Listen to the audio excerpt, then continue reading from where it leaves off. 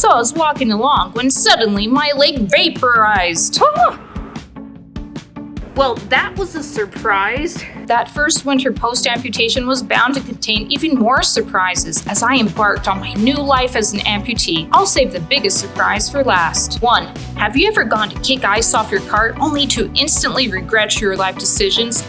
Wondering whether you just broke a toe? Not post-amputation. As an amputee, I have toes of steel. Literally.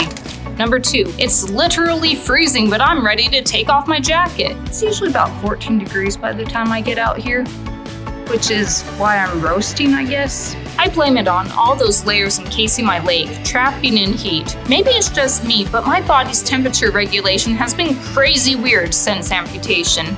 Number 3, my first winter as an amputee, I tried stuffing my foot into dozens of boots. None of them worked. Hopefully my toes don't get frostbite if I only wear a boot on one side. Hey, look at that! Turns out I can go barefoot, singular, in the snow. Beat that, two-leggers. Don't actually try this. Rubber feet plus ice equals slippery. Number 4, maybe two-leggers do have a leg up on me in one department. When an amputee makes a snow angel, it's automatically an amputee angel. Oh well, who says amputees can't be angelic? Uh-oh. We have encountered a problem! Whilst frolicking about in a winter wonderland, snow got inside my prosthetic socket and froze solid. Might have something to do with being 7 degrees Fahrenheit. Now I can't put my leg on straight.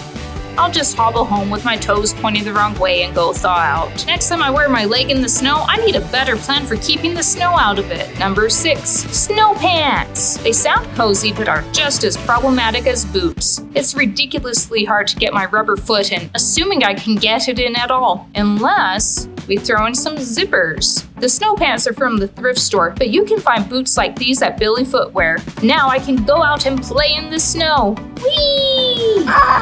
Number 7, jumping on a snow-covered trampoline is a blast. First time on a trampoline with a prosthetic. You see, when a two-legger jumps up and down, their feet act like shock absorbers, gradually letting them down. Ribbit?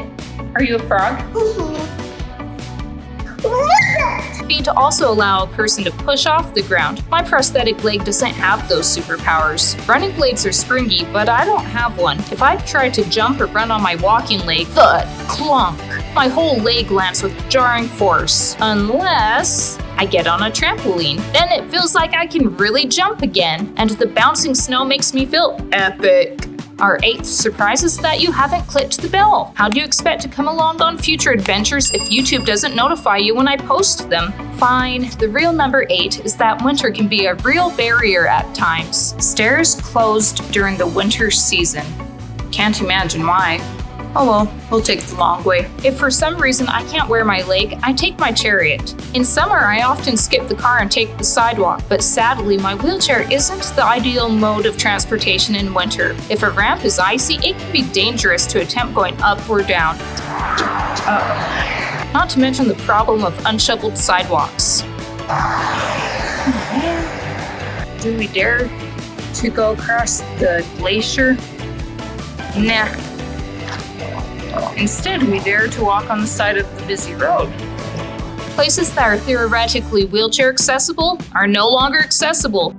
Don't run over the crippled. Please don't run over the crippled. Simply put, sometimes mobility options get blasted by the weather. Yay, we're back on the path and we didn't die. Number 9, speaking of wheelchairs, those steel pushrooms are freezing. Brr! Just thinking about touching them gives me frostbite. And not all gloves have good traction for pushing a wheelchair, which means I have to pick my gloves carefully. My hand is still frozen. And once you get home, it turns out it's easier to remove muddy shoes or wipe snowy boots than it is to clean wheels. Good thing housework is easy in a wheelchair, right? Number 10, the biggest surprise is that I haven't slipped and fallen yet. I live in the Rocky Mountains, but this time of year it's more like the snowy mountains. As a new amputee, I was afraid of slipping on ice or snow, but so far, so good. Hopefully I didn't just jinx it.